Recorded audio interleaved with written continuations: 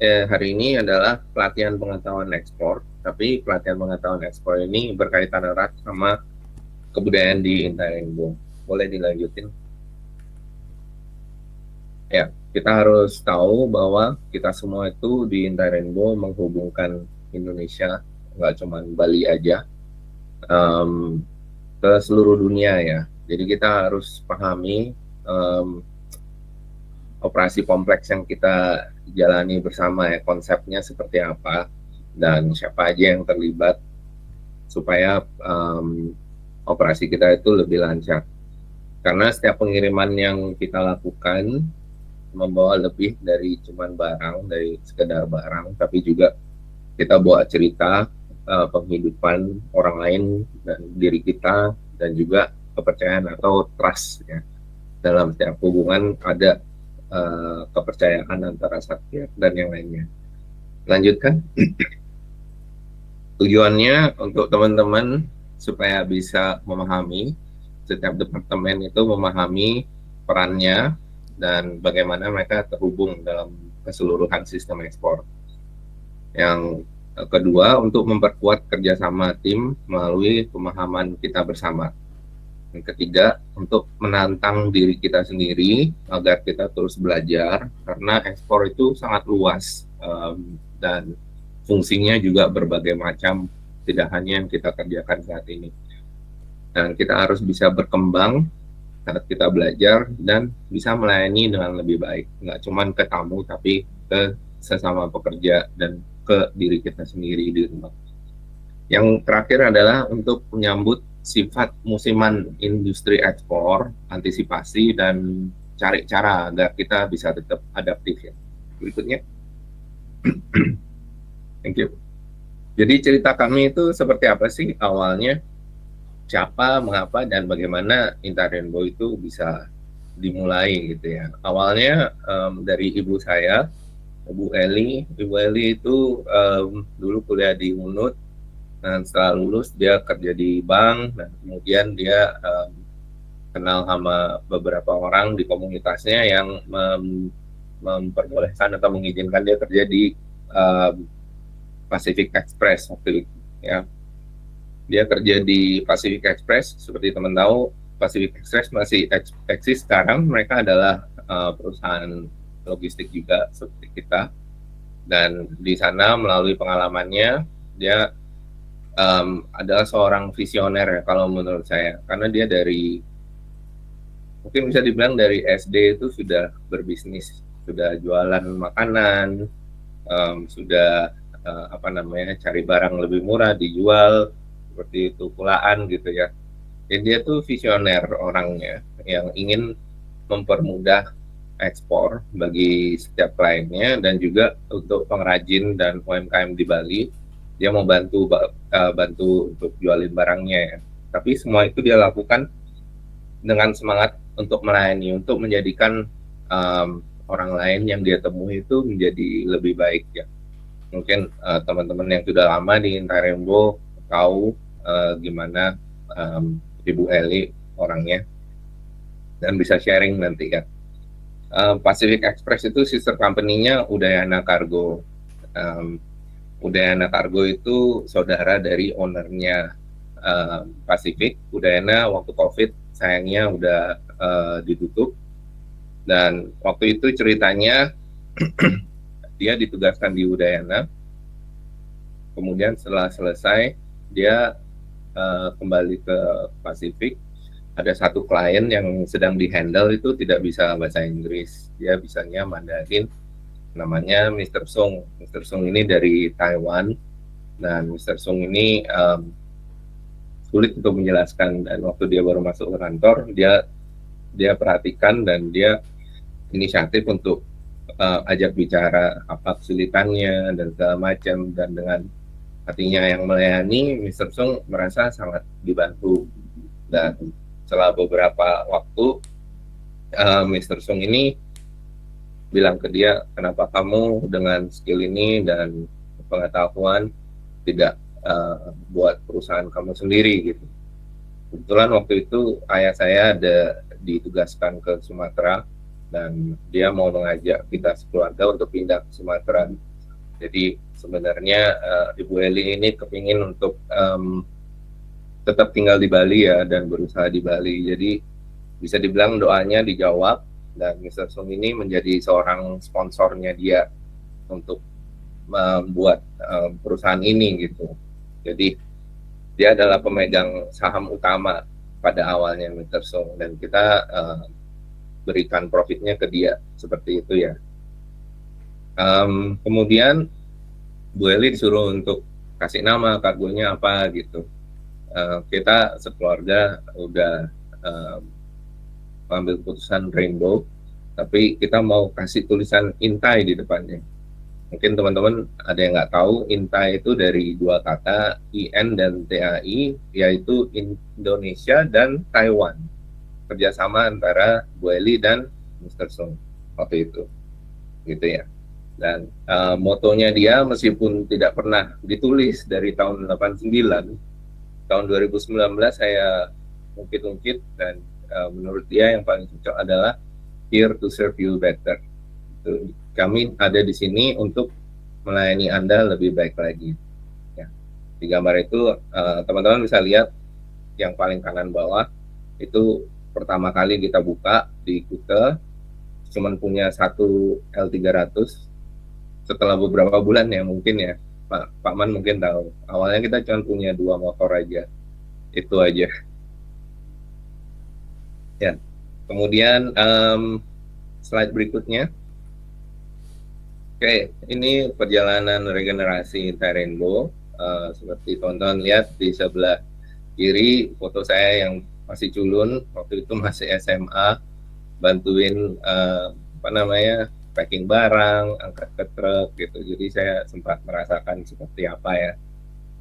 Kemudian waktu saya di Australia, saya sempat bekerja di Cube Logistik yang adalah perusahaan nasional terdaftar, dan kemudian saya lanjut ke MERS.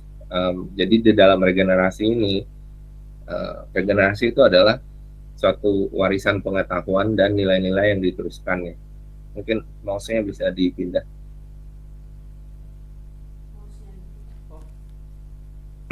Thank you. Ya, moto yang saya keep untuk perusahaan kita di generasi kedua ini adalah assurance delivered sejak tahun 1989. Assurance delivered itu adalah kepastian yang terwujud, dan saya ingin untuk teman-teman ingat itu ya. Kita harus memberikan kepastian untuk klien-klien kita. Kalau kita janji, kita harus penuhi janji itu. Jadi itu artinya assurance delivered ya. Profil saya akan baca pendidikan terakhir di Master Accounting, pengalaman di logistik sebelumnya di Cube yang tadi saya katakan. Selama 4 tahun saya melakukan impor sebanyak 25 kontainer per hari, kemudian distribusi ke seluruh 6 negara bagian di Australia saat itu. Kemudian setelah proyek itu saya dilanjutkan ke ekspor Australian paper multimoda dari pabrik ke jalur kereta, terus dari gudang tempat keretanya berhenti masuk ke dalam truk dan juga ke kontainer untuk dikirim internasional. Itu selama 3 tahun. Slide berikutnya. Oke, kita masuk ke dalam pengertian ekspornya. Jadi ada beberapa jenis pengiriman yang setiap jenis pengiriman tersebut punya karakter dan kebutuhan mereka yang berbeda-beda. Tugas kita itu adalah memahami setiap perbedaan ini ya. Nggak usah mikir, oh saya di departemen ini saya nggak perlu tahu. Tapi ini adalah bagian dari pengertian kita ya, kenapa kita melakukan apa yang kita lakukan. Ya, supaya juga kita kalau misalnya ditanya ada tamu datang gitu, kita bisa kasih solusi yang paling efisien meskipun dengan pengetahuan yang masih dasar. Ya. Untuk udara, itu fotonya adalah truk FedEx ngambil barang kita di Kuta. Udara itu ada 2, satu Express, satu IATA. Express itu ada beberapa, yang sering kita pakai adalah FedEx yang ada available di Indonesia.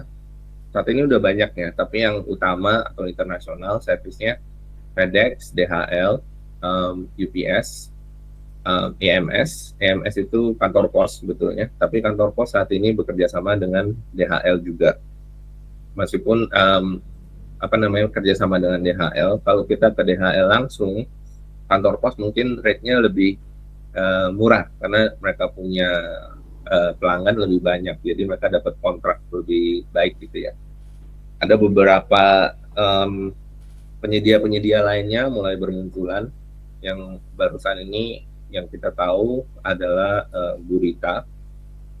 Itu juga menyediakan pengiriman ke luar negeri, door to door juga ya. Itu express itu door to door. Jadi mereka jemput, mereka bawa ke bandara, terus mereka antar ke tujuan.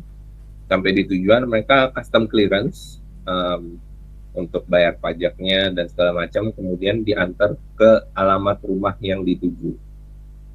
Ini cocok untuk barang yang mendesak atau yang bernilai tinggi, harus cepat nyampe gitu dan aman. Dan kita bisa minta mereka untuk fotokan barangnya atau minta tanda tangan sebelum mereka lepas ke penerima gitu. Oke. Yang kedua, untuk laut ada dua macam. FCL itu adalah full container load, sedangkan LCL less than full container load. Full container load artinya satu kontainer itu diisi penuh. Jadi waktu mereka ingin ngirim, mereka pakai satu kontainer untuk dikirim penuh ya ke negara tujuan. Kalau less than full itu nama lainnya adalah konsolidasi, di mana dalam satu kontainer yang isi contoh 20 feet 33 CBM, kita isinya cuma 5 CBM, sisanya kan masih banyak tuh. Jadi kargo-kargo yang lain juga akan mengirimkan barang mereka yang LCL. Nanti di Surabaya akan ada kantor yang mengkonsolidasi. Dan nggak cuma di Surabaya saja konsolidasinya. Begitu barang sampai di Singapura, kebanyakan waktu satu kontainer yang sampai di Singapura tersebut tujuannya beda-beda dalam satu kontainer. Jadi di Singapura tetap dibuka, kemudian disortir lagi sama mereka. Kontainer dibuka, disortir, kemudian ditaruh di kontainer yang seharusnya pergi ke pelabuhan yang dituju, gitu ya. Jadi LCL ini sebenarnya banyak perpindahan, banyak bongkar dan banyak loading juga. Jadi resiko untuk barang tersebut rusak itu lebih tinggi. Makanya kalau kita kirim LCL selalu kita taruh di dalam peti kayu, seperti itu ya. Untuk LCL akan ada biaya yang lebih banyak juga, karena semua bongkar kontainer, taruh di gudang, disimpan, itu semua ada biayanya, dan biayanya di luar negeri itu jauh lebih besar daripada di Indonesia. Oke, yang ketiga domestik. Domestik itu adalah pengiriman di dalam Indonesia. FTL adalah full truckload atau muatan penuh dalam satu truk. Jadi kita pakai beberapa macam truk, ada build up, ada CCD, semuanya tergantung kita butuhnya berapa muatannya gitu ya. Less than full truckload adalah sama seperti LCL tapi untuk truk, jadi konsolidasi sistemnya. Kemudian kereta atau kapal antar pulau, kita biasa juga sebut kapal itu inland kalau misalnya dia melalui sungai gitu ya. Ya pokoknya jangkauannya lokal gitu. Dan kereta kan nggak ada di setiap tempat. Dan sejujurnya saya rasa Interlinggo nggak pernah pakai servis kereta ini. Kalau di Australia seringkali kontainer yang masuk ke kereta, jadi dua stack dan panjangnya lumayan panjang ya. Jadi sekali lewat itu bisa 5-10 menit baru lewat, baru kita bisa nyebrang. Seperti itu.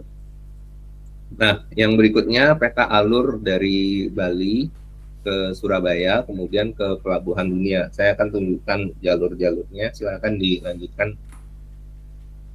Oke, ini adalah jalur perhubungan angkutan laut. Nah, kalau teman-teman lihat, apa sih itu Pak yang kuning sama yang merah? Itu namanya choke point ya. Choke point itu artinya titik di mana banyak kemacetan. Gitu. Contohnya Panama Canal, itu kan jalurnya menyempit gitu ya. Jadi semua harus ngantri untuk lewat.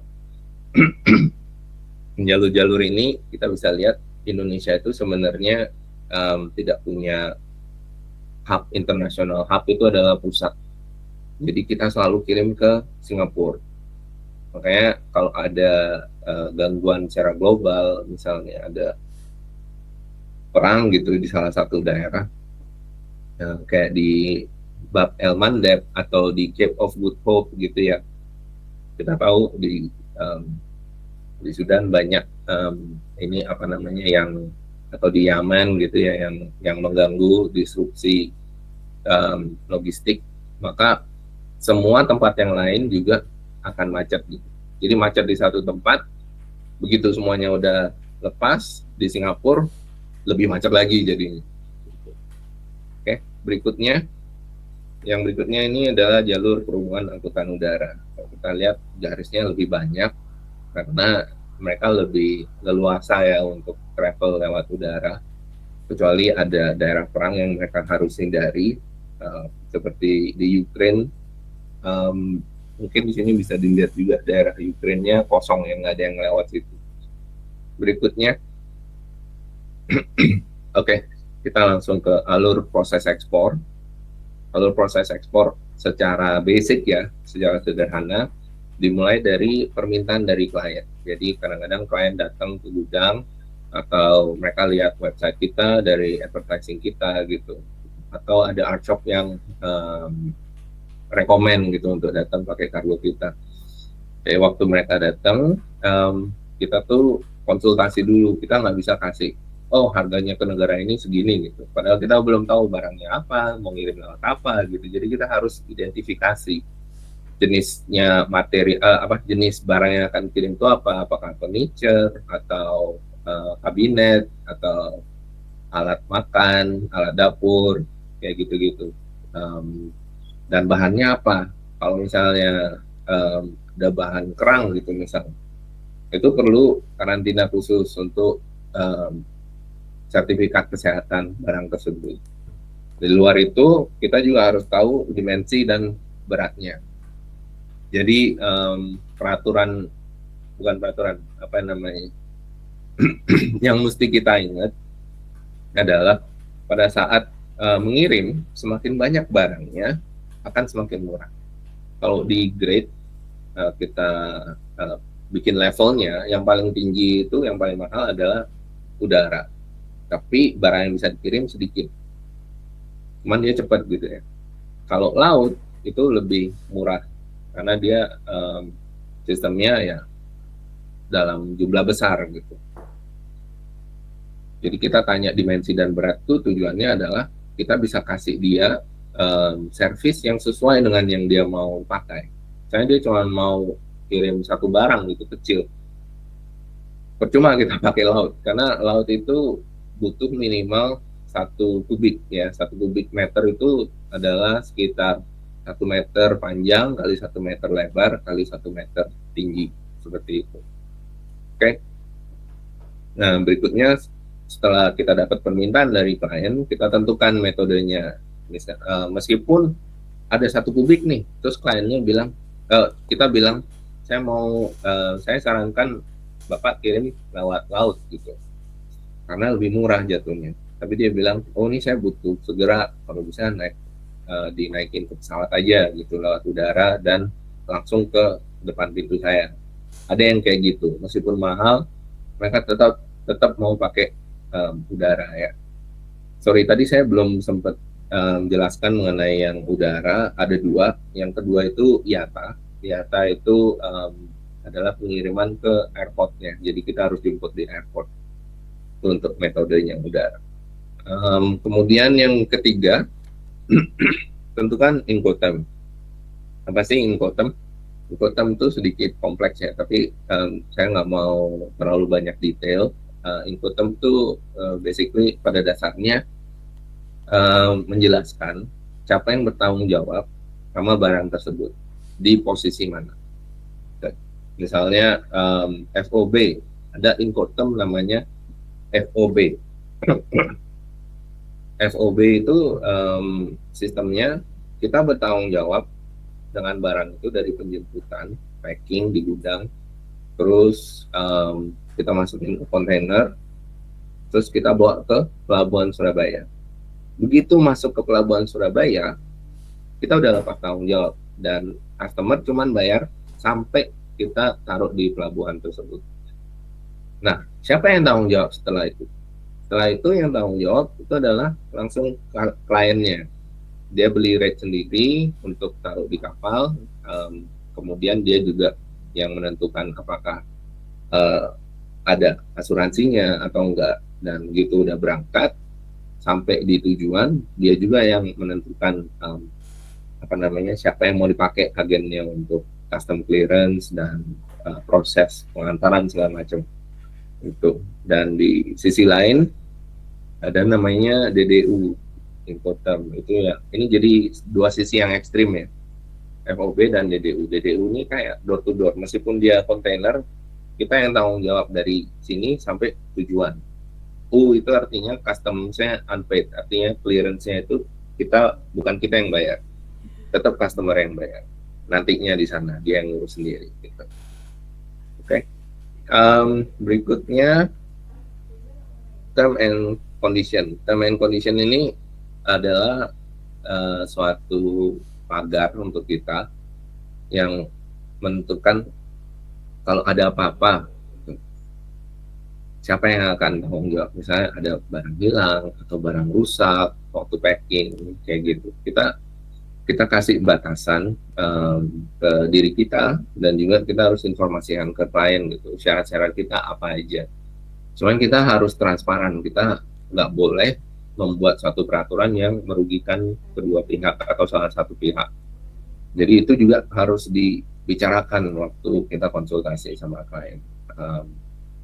Berikutnya efisiensi proses, kita sarankan mereka untuk pakai custom broker atau asuransi laut, karena custom broker mereka di tujuan kita nggak bisa tahu atau bandingin harga, oh agen ini lebih murah dari yang ini gitu, kita pakai yang itu, atau kita yang pilihin untuk dia karena jatuhnya lebih mahal. Jadi kita selalu rekomen untuk tamunya cari sendiri di sana, dan untuk mereka bisa negosiasi tawar menawar sama agen-agen yang lain gitu ya. Yang terakhir, setelah semua proses ini, konsultasi ini ke mereka, kita masuk ke operasional.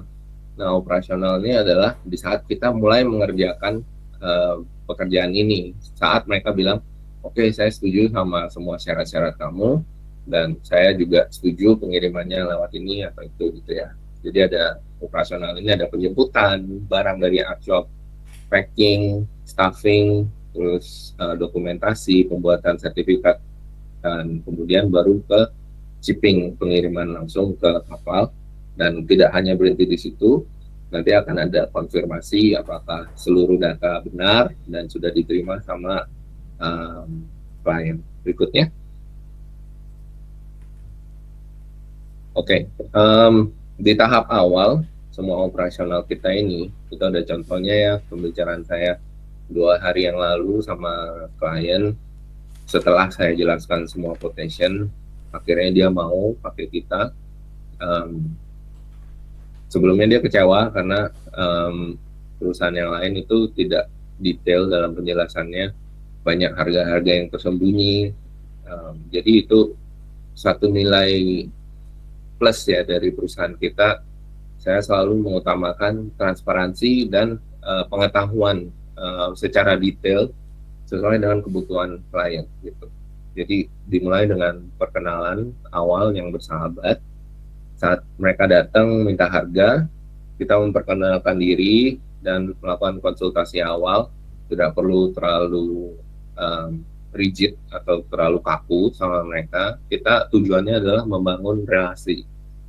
Kita tanya kebutuhan mereka apa, misalnya untuk personal atau mereka baru bangun bisnis gitu, kayak tamu kita yang di Armenia.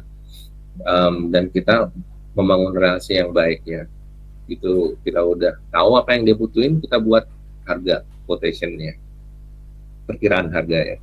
Yang kedua, kita setelah ngobrol, biasanya ini obrolan awal di telepon, jadi kita harus minta untuk ketemu face to face, karena itu sangat penting untuk transparansi dari jasa dan harga yang kita tawarkan. Setiap salesperson akan menjawab semua keraguan dengan cara bercerita mengenai solusi yang sudah diraih sebelumnya. Ini namanya solution narrative. Jadi teman-teman yang kepengen jadi sales di Interainbow, ini adalah satu kunci di mana kita berhasil tembus sama tamunya, karena kita berikan solusi yang sebelumnya sudah pernah berhasil. Kayak tamu saya dulu punya masalah yang sama sama Bapak dan dia ragu gini, tapi saya kasih solusi yang seperti ini gitu. Jadi bentuknya cerita atau narasi. Syarat-syarat dan ketentuan. Salesperson wajib mengetahui dan menyampaikan seluruh syarat dan kondisi dari penawaran jasa dan harga, termasuk kegunaan dan syarat-syarat dari dokumen khusus atas yang nanti akan kita bicarakan. Yang terakhir, kita harus bangun relasi positif selama proses pertimbangan. Kita udah kasih harga nih, saya bilang, oh ya saya pikirin dulu. Itu sangat penting ya untuk kita follow up, terus tanyakan gimana, apa ada concern atau ada pertanyaan. Jadi kita melayani pelanggan tersebut ya sampai goal. Nah, kita harus punya sikap kepemimpinan juga. Kita harus bisa memimpin mereka ke dalam suatu pengetahuan yang penuh dan mereka ngerti seluruh proses yang akan mereka hadapi. Jadi nanti nggak kaget gitu. Ini kenapa seperti ini gitu. Oke, berikutnya. Ini adalah alur pengirimannya secara sederhana dan orang-orang yang terlibat ya. Yang pertama kita di operasional adalah kompilasi invoice arshop. Jadi dari finance atau account akan mengatur keuangan yang kamu kirim untuk bayar DP atau lunasin barang gitu ya. Kemudian administrasi gudang akan memastikan seluruh nota dari arshop atau vendor tercatat, tanggal penyelesaiannya, dan harga-harganya dihitung ulang biar akurat. Ini juga dibantu sama administrasi dokumen di Kuta ya. Administrasi yang kedua, penyebutan arshop, jadi gudang atau transport memastikan tanggal yang sesuai untuk mengatur jadwal penyebutan dan jalurnya. Karena kadang ada di Ubud, ada di Denpasar, ada di Kuta gitu, atau Mengui. Kemudian supir truk akan melakukan penjemputan barang dan dia tidak sendiri, biasanya harus ditemani. Kemudian akuntansi akan melakukan pelunasan setelah kita verifikasi barang yang dijemput tersebut sesuai sama nota. Kualitas juga udah bagus gitu ya. Jadi kita bantu untuk quality check. Yang ketiga, setelah masuk ke gudang barangnya, kita akan packing dan kita akan lakukan beberapa administrasi dan analisa lartas. Meskipun tamu udah ngomong barangnya ini, tapi kadang tidak akurat. Jadi kita harus selalu pastikan detailnya benar gitu ya. Jadi di sini gudang atau transport memastikan waktu dia jemput barangnya terdokumentasi dan dicatat semua nomor setiap poli. Setelah di packing, oh ini box nomor 1, 2, 3, dan packing staff melakukan analisa keamanan packing supaya barang itu tidak mudah rusak di perjalanan dan terapkan packing yang sesuai dengan standar SOP. Ini adalah salah satu nilai tambahan kita ya, karena kebanyakan review dari tamu itu memuji cara packing kita ya. Jadi well done untuk tim gudang. Yang keempat, kita persiapkan dokumen pengiriman. Administrasi gudang dan dokumen bekerja sama untuk memastikan semua barang terdokumentasi, jenisnya, materialnya, dan lakukan data entry di IPL, di Excel, di Google gitu ya. Kemudian mengurus dokumen yang diperlukan, entah itu lartas atau enggak. Departemen Finance akan melakukan pelunasan untuk servis-servis yang lain, nggak cuma workshop, tapi mereka juga harus bayar shipping line, harus bayar untuk dokumen ini itu gitu. Yang terakhir, kita akan melakukan pengiriman Jadi admin dokumen harus memastikan semua dokumen itu akurat dan mereka harus monitor selama barang ada dalam perjalanan. Kapan nyampainya, apakah ada delay, apakah ada kemacetan di laut atau apa. Itu harus kita terus komunikasikan ke tamu ya melalui sales. Jadi Departemen Finance akan menerbitkan invoice, baru kita bisa menerima uang dari pelanggan. Kita pastikan kepuasan pelanggan melalui sales dengan update yang selalu ada. Berikutnya, slide berikutnya toh. Oke, dokumen dan regulasi ekspor ya. Jadi ini jenis-jenis dokumennya. Dokumen yang utama itu adalah invoice packing list, di mana kita taruh barangnya apa aja. Bill of lading ini adalah kontrak antara kita sebagai perusahaan kargo dan penerima di luar negeri yang menjelaskan bahwa kepemilikan barang tersebut berpindah tangan atas nama orang yang tertera di dalam bill of lading. Jadi kita harus menyerahkan bill of lading tersebut untuk bisa ngambil barang. PEB adalah pemberitahuan ekspor barang bersama dengan NPE, itu digunakan di Bea Cukai atau Bea Cukai Indonesia untuk bisa lepas barangnya ke kapal internasional. Oke, dokumen khusus ada dua ini karena nggak cukup ya, LARTAS. Barang itu disebut LARTAS apabila barang tersebut terlarang, tidak boleh dikirim, atau terbatas bisa dikirim dengan dokumen yang menyatakan bahwa ini bisa dikirim gitu. Nah, fumigasi dan gas clearance itu salah satu dokumen yang dibutuhkan untuk pengakuan barang tersebut ya. Fumigasi itu adalah proses di mana kita taruh gas beracun ke dalam kontainer atau ke dalam box untuk membunuh semua hama dan kuman. Karena kalau ada hama yang tertinggal, akan ada cross contamination internasional. Jadi ada hama yang di Indonesia yang ngancurin pohon coklat misalnya, terus kita kirim ke daerah tropis lain yang tidak pernah ada hama tersebut, satu negara industri coklatnya akan hilang gara-gara kita tidak fumigasi. Oke, fumigasi itu bersanding sama gas clearance. Gas clearance ini gas clearance ini adalah definisinya kita sudah fumigasi, kemudian kita sudah kasih waktu beberapa jangka waktu untuk gas yang ada di dalam kontainer tersebut hilang. Jadi waktu sampai di tujuan, waktu orang buka, mereka nggak keracunan gitu ya. Ini pernah terjadi waktu saya kerja di Australia, ada 2 orang yang meninggal gara-gara buka kontainer masuk ke dalam dan masih banyak gas metilnya. Gitu. Itu jadi satu alasan kenapa Australia sangat ketat. Ya. ISPM 15. ISPM ini adalah International Standard of Packaging Material kalau saya nggak salah. 15 itu mengacu sama packaging kayu. Kalau kita harus pasang frame kayu di barang tersebut supaya aman, maka kayu yang dipakai itu nggak sembarangan. Kayu itu harus punya sertifikasi ISPM 15. Dimana kayu tersebut sudah di heat treated atau di oven, jadi tidak ada moisture dalamnya, tidak ada hama, kemudian dikasih obat atau difumigasi sendiri sama pemilik industri kayu ISPM ini. Yang begitu kita pakai itu harus di stampnya tulisannya ISPM. Kalau kalian di Kuta bisa lihat ada meja yang dibantu buat sama tim Ubud. Di situ mejanya terbuat dari kayu ISPM dan ada cap ISPM-nya juga ya, meja depan. Oke, COO atau Certificate of Origin ini fungsinya adalah untuk mengurangi pajak bea masuk ke negara tersebut apabila ada hubungan bilateral untuk barang yang dikirim. Misalnya kerjasama antara Indonesia sama Amerika untuk pengiriman meja misalnya. Kalau kirim meja asalnya memang dari Indonesia, kita akan kasih keringanan gitu, pajaknya lebih rendah daripada yang lain. Itu ya COO fungsinya. COO ini dibuat di kantor perdagangan oleh tim dokumen. Fitosanitari sesuai namanya, fito itu tumbuhan, sanitari itu kesehatan. Jadi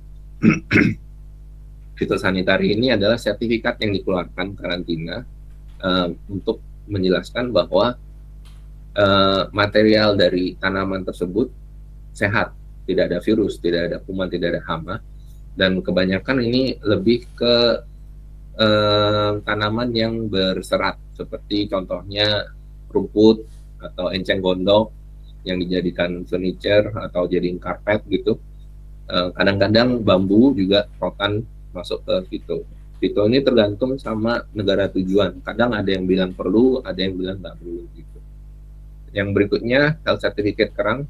Tadi saya udah jelasin, kalau ada material kerang, maka kita juga harus ke BKSDA atau Balai Karantina Sumber Daya Alam untuk memastikan bahwa kerang yang kita kirim itu tidak dilindungi dan jumlahnya berapa, karena dibatasi semuanya ya, dan apakah kondisinya benar-benar sehat. Vilegal dan FLEG. Vilegal ini adalah satu konsorsium atau persetujuan internasional seluruh dunia, dan kita ambil bagian dari itu untuk mengeluarkan sertifikat dari Indonesia yang menjelaskan bahwa kayu yang dipakai untuk membuat material ini, untuk membuat barang-barang ini, furniture, handicraft gitu, itu semuanya dari kayu legal atau logging yang ditunjuk dari tempat yang pemerintah perbolehkan. Ini tujuannya adalah untuk mencegah penggundulan hutan secara internasional. Jadi kita ambil bagian di sini, kita yang inisiatif untuk ngeluarin legal tersebut, tapi bisa dipakai secara internasional. Di Eropa ada ketentuan tambahan namanya FLEGT. Jadi kalau ilegal itu biasanya lebih mengacu ke furniture secara internasional. FLEGT ini furniture dan handicraft. Jadi kayak barang-barang yang untuk talenan di dapur itu kan bukan furniture. Mereka bilang harus keluarin dokumen tambahan, FLEG namanya. Itu antara Eropa sama Indonesia saja secara bilateral. LS, laporan surveyor, atau LHI, laporan hasil inspeksi. Keduanya maknanya sama, survei atau diinspek. Itu sebetulnya fungsinya berbeda. Ada yang untuk kayu kalau nggak salah cuma LS. Kalau batu, LS dan LHI. LS itu lebih ke material yang lebih mahal, misalnya marble atau onyx, batunya itu pakai LS. Kalau misalnya dia kayu batu hijau atau batu vulkanis, dia masuknya di LHI. LS ini lebih kompleks karena secara internal petugas surveyor tersebut harus melakukan tambahan laporan. Nggak ada hubungannya sama kita, cuman pada akhirnya yang keluar dokumennya berbeda, 2 set. Ya. Ini kita nggak punya ranah di situ, jadi biasanya kalau kita ada LS atau LHI, kita minta bantuan ke industri asosiasi yang di bidang itu. Jadi nanti keluarnya 2 dokumen, 2 BL, 2 IPL, 2 fumigasi, kayak gitu. Lacy Act dan ISF adalah dokumen yang dipakai di Amerika. Lacy Act mengacu sama kayu yang masuk ke Amerika, volumenya berapa, apakah akan mempengaruhi industri di Amerika. ISF adalah deklarasi manifest dari shipping line yang akan bilang ini kayak pre-alert gitulah, kayak ngasih tahu di depan barang yang akan masuk ini apa. Jadi mereka bisa melakukan analisa lebih awal apakah berbahaya atau tidak. Dan waktu kapal sudah di transit point, ISF harus sudah final, kalau enggak kita kena denda. MSDS ini adalah material safety data sheet. Kadang-kadang ada beberapa barang yang statusnya dipertanyakan, contohnya magnet gitu. Magnet itu kan bisa mempengaruhi elektronik ya, dan MSDS ini juga dipakai untuk barang-barang dari cairan, contohnya aromaterapi kayak gitu. Apakah ada bahan yang berbahaya di dalamnya yang bisa terbakar atau gimana? Oke ya. Selain itu, dokumen pelengkap marine insurance. Marine insurance ini adalah asuransi untuk barang tersebut pada saat berpindah dari gudang ke pelabuhan ke pelabuhan, atau dari pelabuhan ke tujuan. Dan marine insurance ini biasanya harganya adalah 3% dari nilai barang keseluruhan. Kita jualnya segitu ya. Tujuannya adalah apabila terjadi apa-apa di perjalanan, bencana alam, perang, kebakaran, atau pencurian, itu akan di cover atau akan ditutup biaya kehilangannya. Gitu ya. Kalau tanpa marine insurance, apakah mereka tidak di cover? Di cover sebenarnya. Karena ada peraturan convention internasional yang menentukan bahwa mereka harus punya bertanggung jawab. Setiap pelaku bisnis harus bertanggung jawab sama barang yang dibawa. Hanya saja prosesnya lebih kompleks. Jadi kalau kita pakai marine insurance lebih gampang karena ada agen yang melakukannya. Indemnity statement ini jarang kita lakukan, tapi kadang-kadang kalau kamu bilang, kita bilang ke tamu, ini barangnya kerang, jadi harus butuh HC gitu. Terus mereka bilang, saya nggak mau ngurus HC, terlalu kompleks. Ada yang kayak gitu ya. Terus mereka bilang, sebut aja resin. Oke, kita sebut resin, tapi yang tanggung jawab kamu ya. Jadi kita bikinin surat, mereka tanda tangan. Oh ya, saya sebut ini resin. Oke, yang berikutnya sertifikat BPOM atau PIRT, biasanya ini lebih ke makanan. Dan yang terakhir adalah deklarasi untuk manifest DG atau dangerous goods. Ya, ini cukup dalam materialnya, basically ini ngomongin tentang barang-barang berbahaya seperti baterai, magnet, radioaktif, kayak gitu-gitu harus ada deklarasinya untuk pelabuhan atau penyedia transport tahu apa yang harus dilakukan apabila ada spill atau ada kebocoran. Oke, berikutnya. Ya, ini contoh-contoh dokumen ya. Saya nggak akan tunjukkan semua, cuma 2 slide. Yang pertama di kiri IPL atau Invoice Packing List. Situ disebutkan, tulisannya terlalu kecil, tapi di sini disebutkan nama barangnya, jenis barang, kadang ada HS, terus dimensinya berapa, beratnya berapa. Ini disiapkan oleh gudang, kemudian data entry dilakukan di footer untuk dokumen. Yang kedua, Bill of Lading, ini surat kontrak yang menyatakan perpindahan tangan kepemilikan. Ya, ketiga ini PEB dan NPE yang dipakai oleh Bea Cukai di Indonesia untuk memperbolehkan barang tersebut masuk ke dalam kapal internasional. Yang keempat di sini sertifikasi fumigasi, yang 2 di atas itu fumigasi dan gas clearance, yang terakhir ISPM, ya berapa yang sudah di stamp gitu packaging. Next. Oke, yang kiri COO, ada COO itu ada beberapa form A, form B, tergantung hubungan bilateral kita ke negara tersebut. Yang di bawah, yang cuma barcode aja itu adalah sistem DAB Rex namanya, untuk Eropa ya, sistemnya seperti itu, lebih mudah, lebih simple. Berikutnya fitosanitari, kesehatan tanaman dari pemerintah. Ini ada Pancasilanya semua dari pemerintah semua ya, karantina atau pedalangan segala macam. Shell HC atau health certificate untuk kerang seperti itu, Vilegal dan flag seperti itu formatnya. Oke, berikutnya.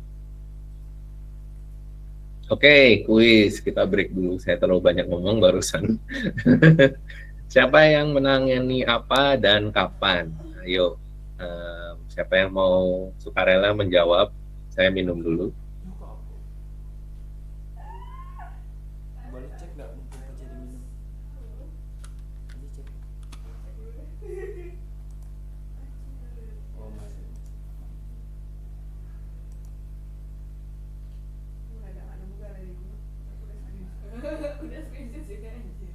Ayo, ada yang mau jawab sebelum waktunya habis? Saya mau ada berapa menit nih, Dwi? 30 menit, Pak. Oh, oke. Masih banyak ya? Oke. Sales marketing. Apa yang dilakukan sales marketing? Siapa yang mau jawab? Boleh dipesan juga atau angkat tangan, silakan. Atau nggak ngerti dari yang saya omongin tadi, saya terlalu cepat mungkin ya. Gimana? Perlu ditunjuk atau?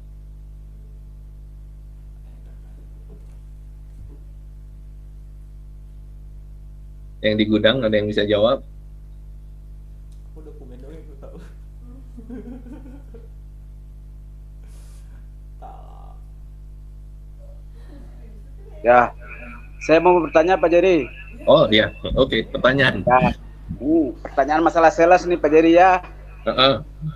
Ya, sales itu fungsinya untuk apa ya? Dan untuk melakukan tamu itu gimana? Biar dapat tamu mungkin masuklah untuk ke Interembo. Gitu. Gimana Pak Jerry caranya? Oke.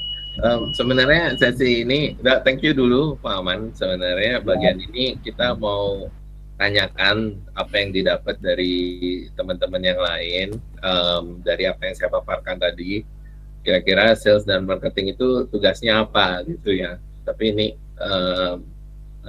Uno reverse. Jadi saya yang ditanya, bagaimana caranya supaya sales marketing itu bisa mendapatkan tamu. Dari yang tadi saya paparkan sebetulnya metodenya ada banyak, tapi yang terpenting adalah membangun relasi. Ada 2 tahapan untuk sales marketing. Yang pertama namanya lead generation. Lead generation itu adalah calon pelanggan yang kita cari secara generik atau secara manual atau secara online gitu ya. Ada namanya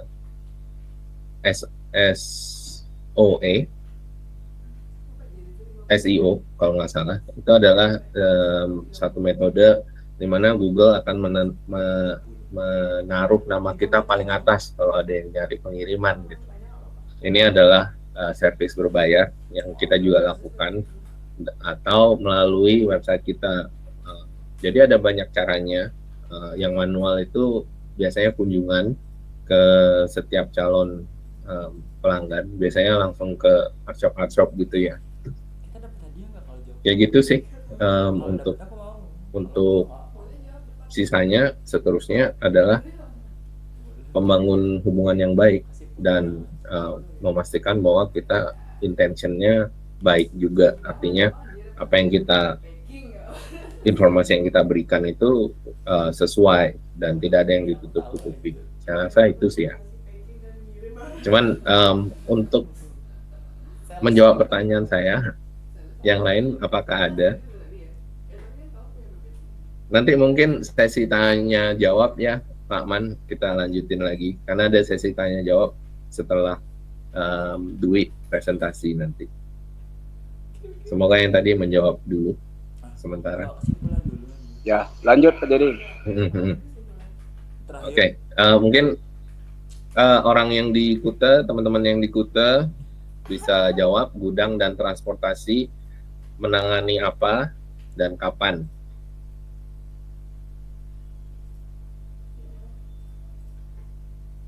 Ayo mau nunggu dokumen.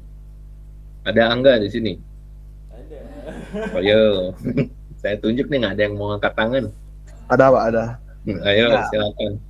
Selamat pagi semua. Pagi. Untuk gudang dan transportasi di sini dari tim warehouse sendiri itu melaksanakan 1 penjemputan barang, 2 pengecekan barang apakah dengan detail, terus 3 making barang. Sekarang barang itu dimasukkan ke box berapa dan di packing list dan dicatat untuk diberikan ke tim dokumen agar bisa di-input. Terima kasih. Oke, very good. Kapan Angga melakukan itu? Kapannya? Jadinya setelah tamu itu memesan barang kepada Arshop. Setelah tamu itu memesan barang kepada Arshop, dia mengirimkan nota kepada tim sales marketing biasanya. Setelah sales marketing mengirimkan ke tim warehouse dan tim dokumen agar bisa di-input. Setelah di-input, kita cek tanggal berapa itu selesai, kita follow up ke Arshop-nya. Oke, thank you Angga. Oke, yang lainnya gimana? Untuk dokumen siapa yang menangani dan kapan? Aji geleng-geleng nih, Aji mau jawab kayaknya. Anjir. Wah, ini. Silakan Aji. Nggak apa-apa, salah nggak apa-apa ya, kita belajar ada salahnya juga. Baik Pak Haji, izin jawab ya. Untuk tim dokumen sendiri itu mempersiapkan dokumen-dokumen untuk melakukan ekspor. Jadi tim dokumen juga harus ngecek barang seperti apa dan apa saja yang dibutuhkan untuk ekspor barang tersebut, Pak. Seperti itu yang Haji tangkap. Oke. Kapan mereka melakukan itu? Setelah dapat nota dari tim warehouse dan juga setelah melakukan deal dengan customer, Pak. Oke, ya. Untuk dokumen, mereka akan mulai mengerjakan data entry setelah ada nota dari art shop atau dari customer. Kemudian setelah barang di packing, mereka akan mulai mengerjakan dokumen pengiriman yang tadi ya, IPL segala macam. Very good, Haji. Yang terakhir, finance dan accounting. Apa yang dilakukan finance dan accounting? Ayo. Ayo dong, angkat tangan, sukarela. Putra. Tapi jangan finance accounting yang jawab ya. Teman-teman di Ubud, ada yang mau jawab selain Pak Man? Baru dapat. Bullying.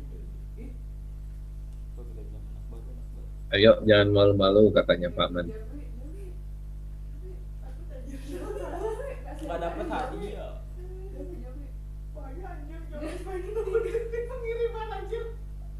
Nggak apa-apa kalau salah, nanti dibantu, gitu katanya Pak. Saya dubbing ya.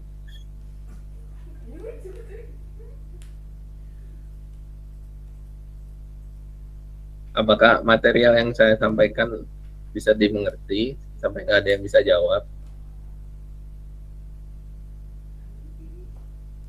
Dapat deng-deng nggak dulu kayaknya?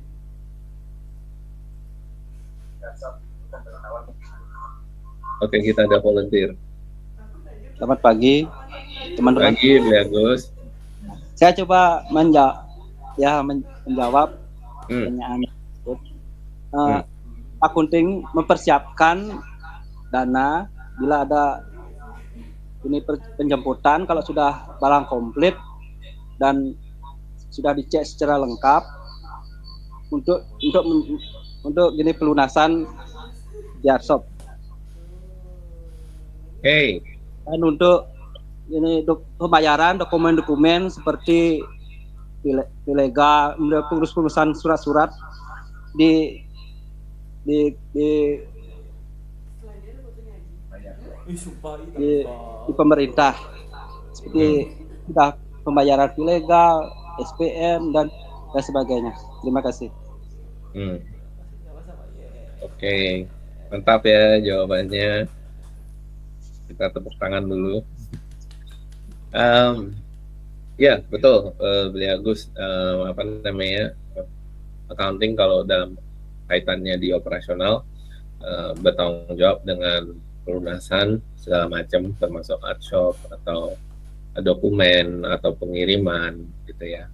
Dan mereka juga di samping itu mereka bertanggung jawab juga melalui apa namanya, keluar masuknya uang di kantor untuk hal-hal administratif. Oke, terima kasih. Kita bisa lanjut ya ke slide berikutnya. Ini juga sama pentingnya ya dua orang ini. Departemen HRD yang bertanggung jawab atas administrasi seluruh staf demi kesejahteraan dan kenyamanan di tempat kerja ya, dari setiap aspek, khususnya yang menyangkut hak dan kewajiban yang diatur dalam undang-undang perusahaan atau negara ya untuk tenaga kerja. Kemudian yang kedua, Haji, Departemen General Admin, ya dia bertanggung jawab untuk administrasi umum, pemeliharaan gedung, dan kebutuhan kantor atau fasilitas ruang kerja lainnya ya. Seperti kemarin dia udah mengatur untuk pest control di Ubud dan itu sangat efektif ya. Oke, yang berikutnya SOP untuk kepuasan pelanggan. Nah, ini SOP itu apa sih? SOP itu Standard Operational Procedures atau peraturan atau bimbingan tertulis untuk kita mengetahui apa sih yang harus kita lakuin supaya pelanggan itu puas. Jadi untuk dapetin pelanggan seperti kata Pak Man itu memang sulit, tapi lebih sulit lagi untuk kita memberikan kepuasan pelanggan ya, karena itu yang membuat mereka kembali lagi ke kita untuk meminta servis kita. Yang pertama, kita harus rencanakan ke depan ya. Apapun pekerjaan kita, meskipun seakan-akan tidak ada kaitannya sama tamu langsung, secara langsung, kita harus menghindari melakukan pekerjaan kita mendadak ya. Kita harus rencanakan sejak awal. Apa sih yang harus saya lakukan hari ini? Oh, masih lama kok harus ngelakuin ini. Nanti aja 1 hari sebelum hari H saya kerjain. Nah, kalau sikap yang seperti itu saya rasa sangat berbahaya ya, karena waktu hari H atau 1 hari sebelum hari H kita baru kerjain dan tiba-tiba ada masalah yang seharusnya kita tahu perlu waktu lebih banyak, itu jadi berbahaya ya. Jadi perlu diingat, kita harus plan ke depan lebih baik. Yang kedua, kita harus teliti, kita harus akurat, dokumentasikan segala sesuatu ya. Karena nggak cuman kita aja yang di bawah kaca pembesar, tapi barang tersebut waktu tiba di tujuan, banyak sekali pihak di tujuan itu yang pakai kaca pembesar juga ngeliatin semua dokumen, analisa setiap barang yang dibuka gitu. Ini kenapa misalnya perhiasan ini jumlahnya 150 padahal di dalam dokumen 140, beda 10 dipertanyakan gitu. Dan kita kena denda. Itu nggak murah juga ya. Jadi kita belajar dari kesalahan itu jauh lebih mahal daripada kita disiplin. Oke. Ada hal-hal yang perlu kita teliti, barang, dokumen, komunikasi kita ke tamu, ada tamu kita satu yang benar-benar menurut saya dia punya photographic memory ya, kayak Elon Musk orangnya. Itu adalah tamu kita Rick dan Marco. Rick itu bisa ingat pembicaraan saya dan dia yang tidak tercatat 2-3 tahun yang lalu secara detail. Yang saya sebut dia ingat persis. Jadi itu agak bahaya. Kalau saya nggak ingat, saya lupa detailnya, dia yang akan menegur saya gitu. Ya, aset-aset yang kita punya di perusahaan harus dicatat dengan jelas, depresiasinya seperti apa. Depresiasi itu penurunan nilai ya.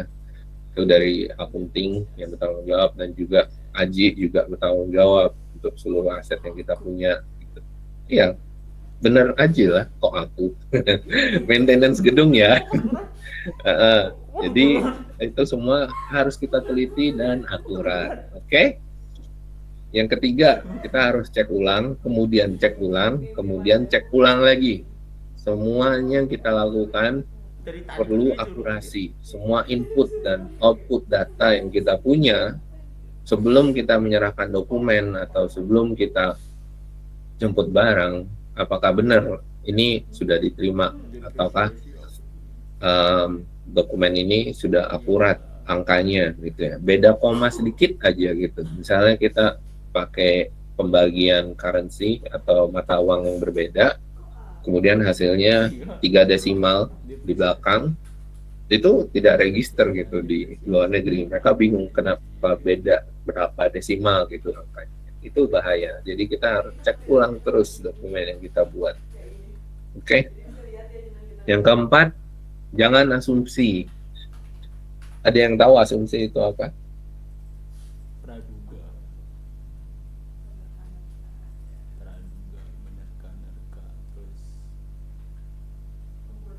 Oh, ini nanya.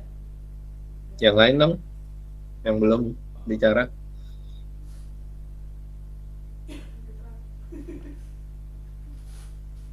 Putra nih. Putra yang paling baru nih, boleh nih. Iya, Pak. Halo Putra. Halo. Ya, gimana asumsi itu apa menurut Putra? Asumsi menurut saya seperti menebak-nebak. Nah, ya betul. Ya, itu satu kata yang sangat simpel untuk menjelaskan asumsi. Menebak ya. Thank you Putra. Ya, Jadi Pak. kita harus jaga komunikasi dalam departemen, di gudang, dokumen gitu atau di yang lainnya, dan antar departemen yang berbeda gitu. Jangan sampai kita bilang, oh saya kira begini-begini, maksudnya dia begini, tanpa kejelasan gitu ya. Kita kalau misalnya ragu, ya kita ngomong langsung gitu. Seberapa pahit pun hasil pembicaraannya harus diomongin gitu ya. Miskom itu terjadi karena asumsi. Kalau kita takut untuk bicara karena kita takut disalahpahami atau kita takut harga diri kita jatuh karena kita ngomong sesuatu yang menurut kita terlalu ofensif, maka hasilnya itu nantinya lebih parah. Ya, dalam hal-hal kecil atau hal-hal yang besar, harus 99% setiap relasi adalah komunikasi. Oke, hubungi langsung orangnya dan bangun intuisi yang baik. Apa sih intuisi itu, Pak? Intuisi itu saking seringnya kita komunikasi sama orang itu, kita tuh udah tahu ekspektasinya seperti ini, gitu ya. Jadi kita mengantisipasi, tapi tetap komunikasi jalan gitu. Kita nggak antisipasi ngelakuin sesuatu tanpa komunikasi juga, gitu ya. Cuman waktunya lebih cepat karena lebih efektif. Komunikasi sebelumnya membuat kita berkomunikasi lebih efektif dan melakukan operasional lebih efektif.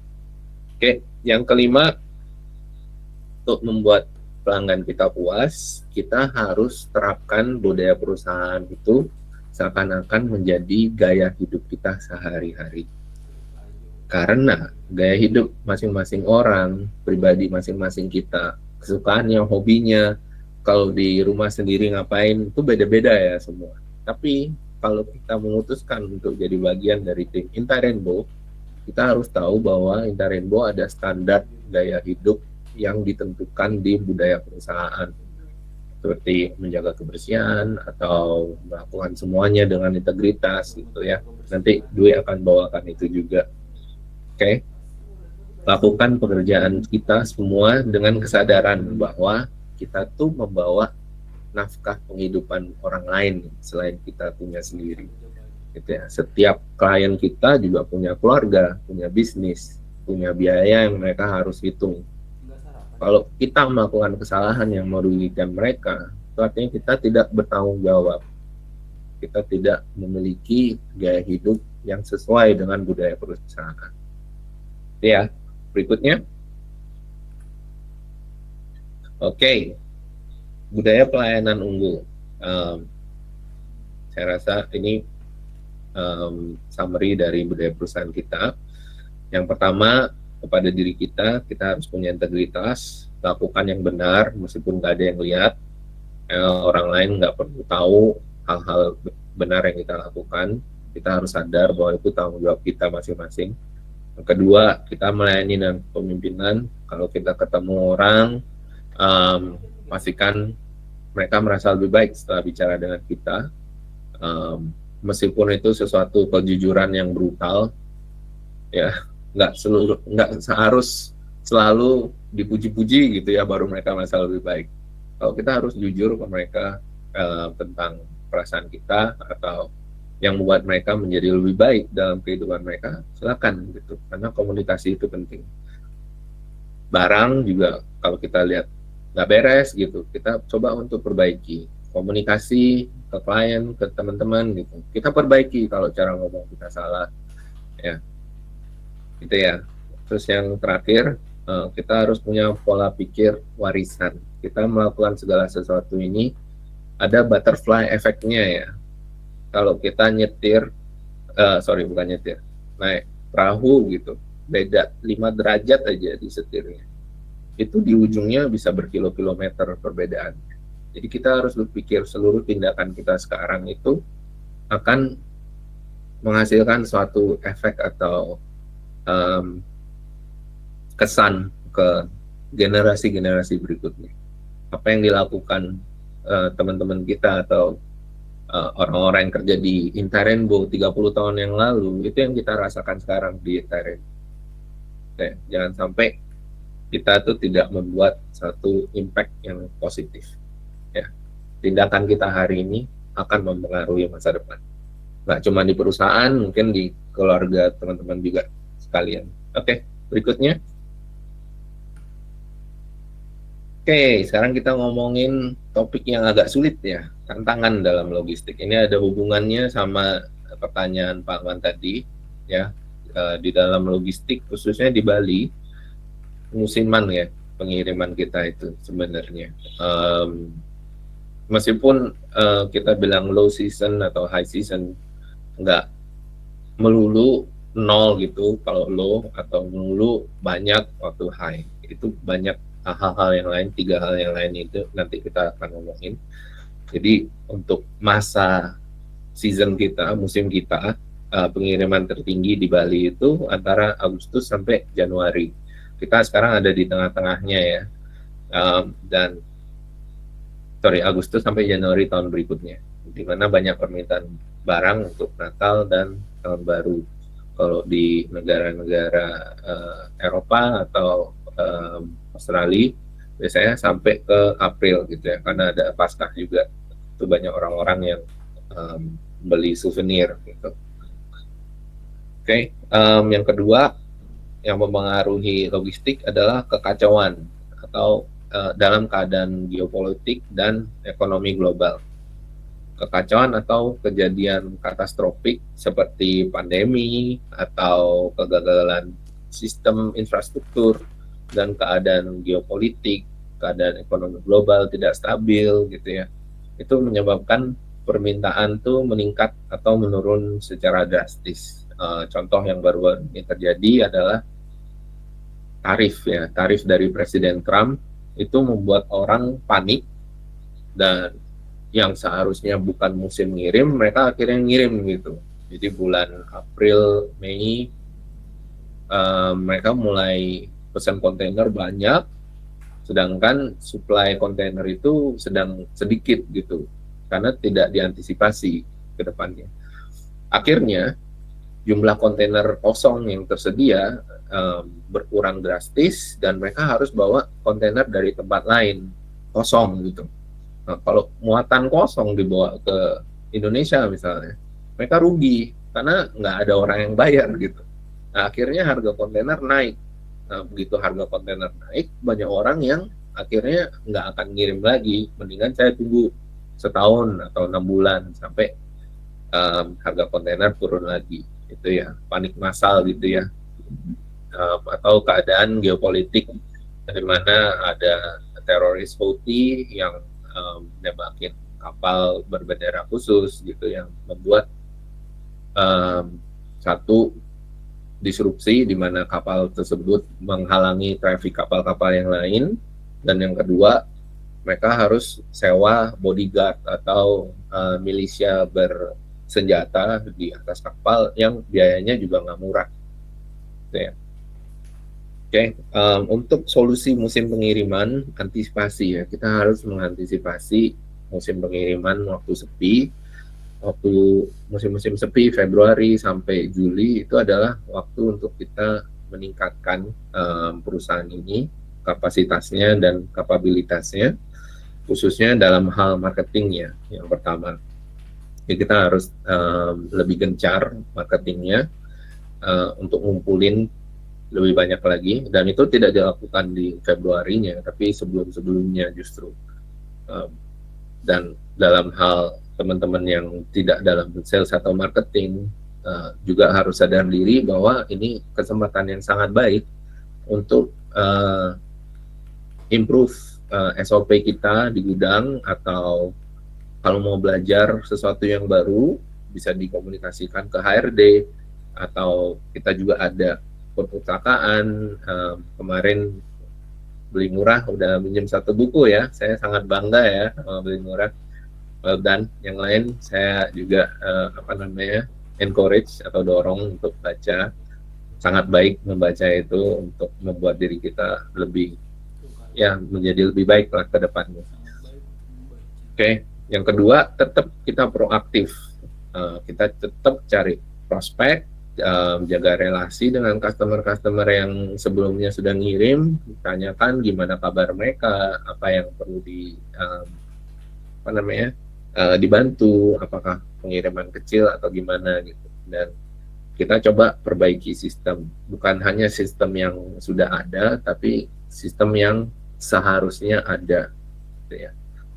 Untuk mengatasi kekacauan geopolitik dan ekonomi global, kita harus juga adaptasi dari kekacauan global ini.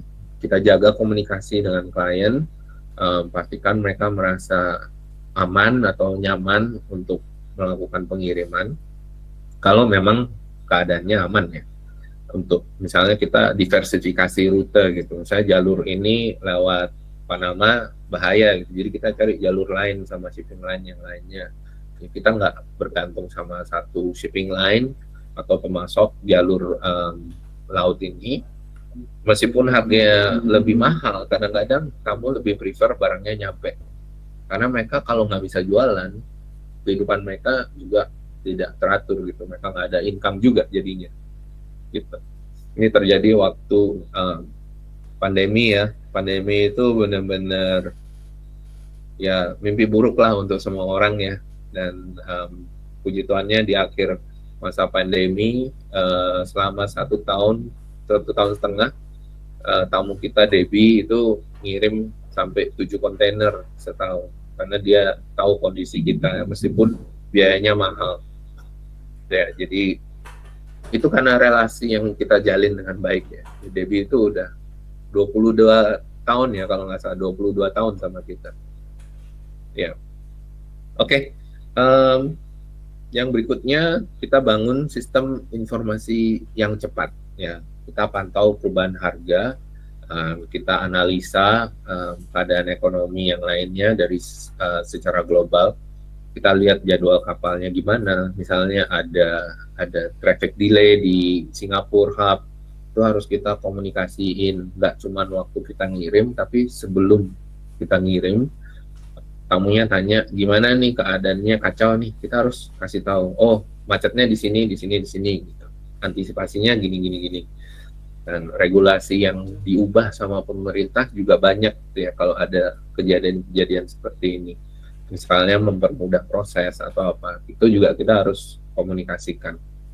Oke, yang ketiga tidak saya tulis di sini adalah tantangan secara internal di dalam perusahaan kita sendiri justru tantangannya, atau di dalam industri kita di Bali, atau di dalam peraturan pemerintah yang menyulitkan. Itu tantangan-tantangan yang kita harus fleksibel dan kita harus ingat budaya perusahaan kita dalam menangani hal-hal tersebut. Oke, berikutnya. Oke, sebagai penutup, tolong diingat teman-teman, kita ini adalah satu tim, kita punya satu tujuan, dan reputasi kita itu adalah satu juga ya. Jadi kita harus tahu apapun yang kita tangani, baik itu dokumen, barang, atau aset perusahaan, mobil, truk, bangunan, atau komunikasi kita sendiri yang kita tangani, itu harus mewakili kepercayaan dan reputasi yang dibangun perusahaan ini sejak tahun 89. Oke. Saat kita kerja saat ini, kita tuh membawa, menulis dan menjaga sebuah cerita pribadi kita dan cerita kita bersama yang kita tulis. Jadi sebaiknya kita tuliskan cerita kita itu yang punya integritas, yang mau melayani dengan kepemimpinan dan membangun dan memberkati orang-orang lain yang bahkan kita tidak kenal. Oke, itu pesan dari saya untuk penutup. Next slide. Thank you semuanya.